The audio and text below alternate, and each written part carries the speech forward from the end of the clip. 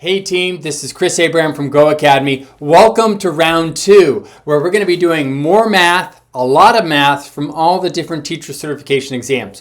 Use this stuff to make it a game, have fun, and learn a whole lot of math you're going to need to pass your tests. Let's take a look at our first set of problems. Let's have fun. Let's go. Hi math team, this is Chris Abraham from GOHacademy. We're going to look at a couple of key ideas involving geometry that are essential for these set of problems. Now, they're all going to be involving angles. I want you to take note on each rule. This is a good one. Team, are you having fun yet? You got to make this a game. The key to every test in life is to make it a game, right? Because life knocks you down. Bam! Oh! And if you can't get back up, right, you ain't going to win the game. You got to be able to pick yourself up. So here's the challenge. I want you to take a moment. I want you to read it. And then tell me when you're done, okay? Pause the video, read it to yourself. Go.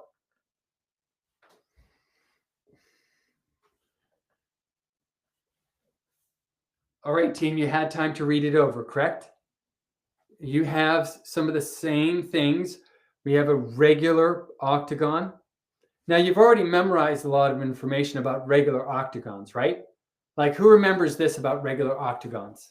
The sum of the angles of a regular octagon is 180, and each interior angle is 135.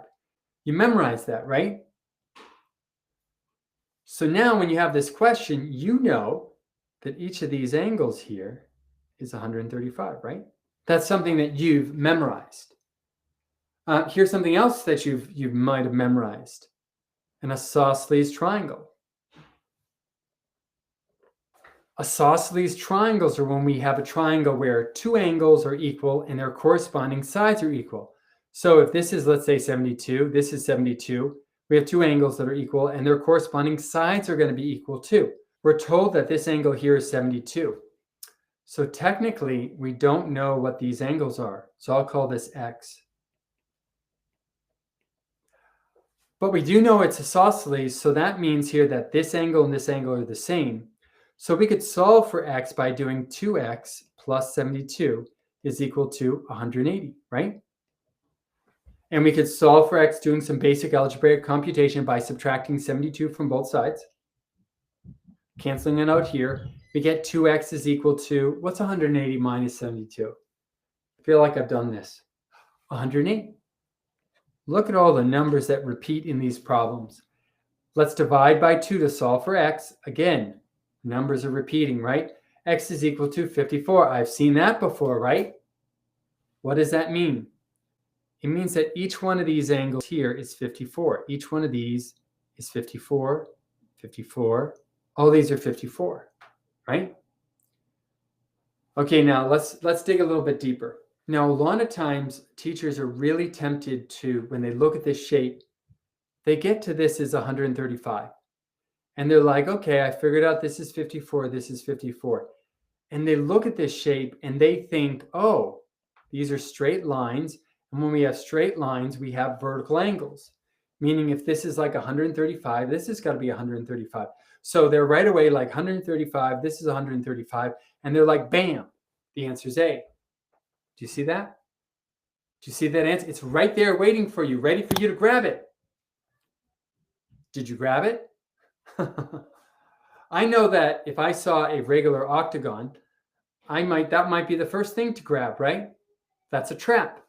Every question has a trick and every question has a trap. That's the trap and it's waiting for you, right? We got to be very, very careful on this. So let's go back to the original shape. We're able, because this is a regular polygon, to know that this is 135. We used our rule on isosceles triangles and a little bit of algebra to figure out that each one of these interior angles here is 54. So each one of these would be 54 and this would be 54, right? These are not vertical angles because they're not straight lines. They're not straight. So we just have angle Z.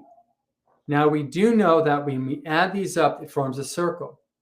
So the sum of all these angles, Z plus 54 is 108 plus 135, right? They all add up to the measure, all the angles in a circle, which is 360. So now we have to do a little bit of algebra again, right? We got to add this up. What do you get? Z plus what? Z plus 243 is equal to 360, right? And then we got to subtract. Minusing this from both sides. And you always be really careful when you do this subtraction, right? This is where most teachers get tripped up. It's not that they don't remember these geometry rules and don't remember this is 35.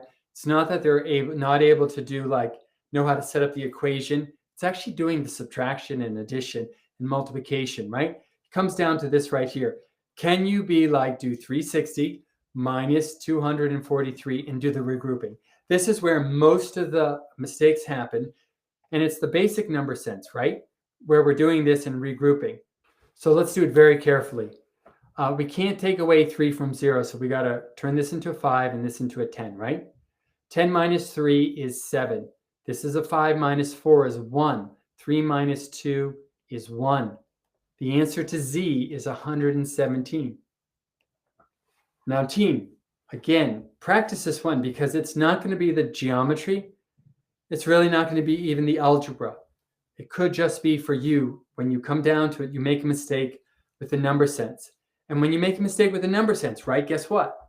Look at all these answers. They're all so close. And that's a mistake that is easily made in this one. So be very careful in your number sense when you're doing algebra and geometry problems.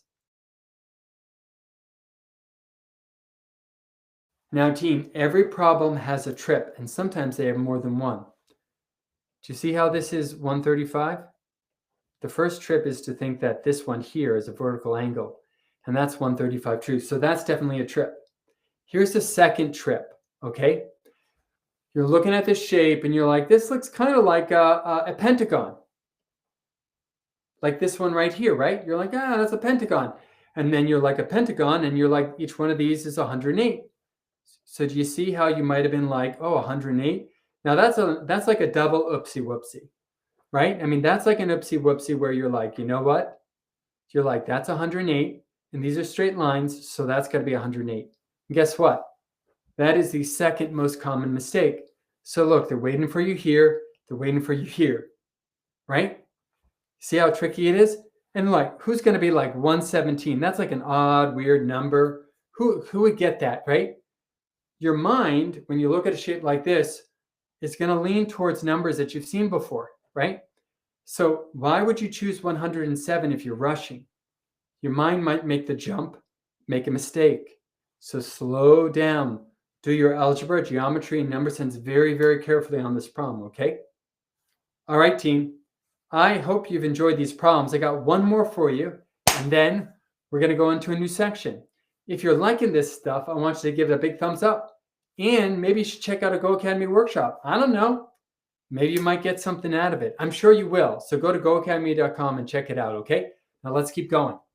All right, team, I hope you enjoyed this video. If you did, I want you to give it a big thumbs up. Believe it or not, there's not a whole lot of teachers out there that are taking these exams. You're one of the few. So if you like it, you learned something, give it a big thumbs up, share it with a friend. Maybe check out a workshop. You can go to GOHacademy.com at www.GOHacademy.com. I'm sure you'll find those live workshops that we hold very helpful. So check it out. All right, team. This is Chris Abraham from GOHacademy. Everyone have a great day. I'll see you in class. Take care, team. Bye-bye.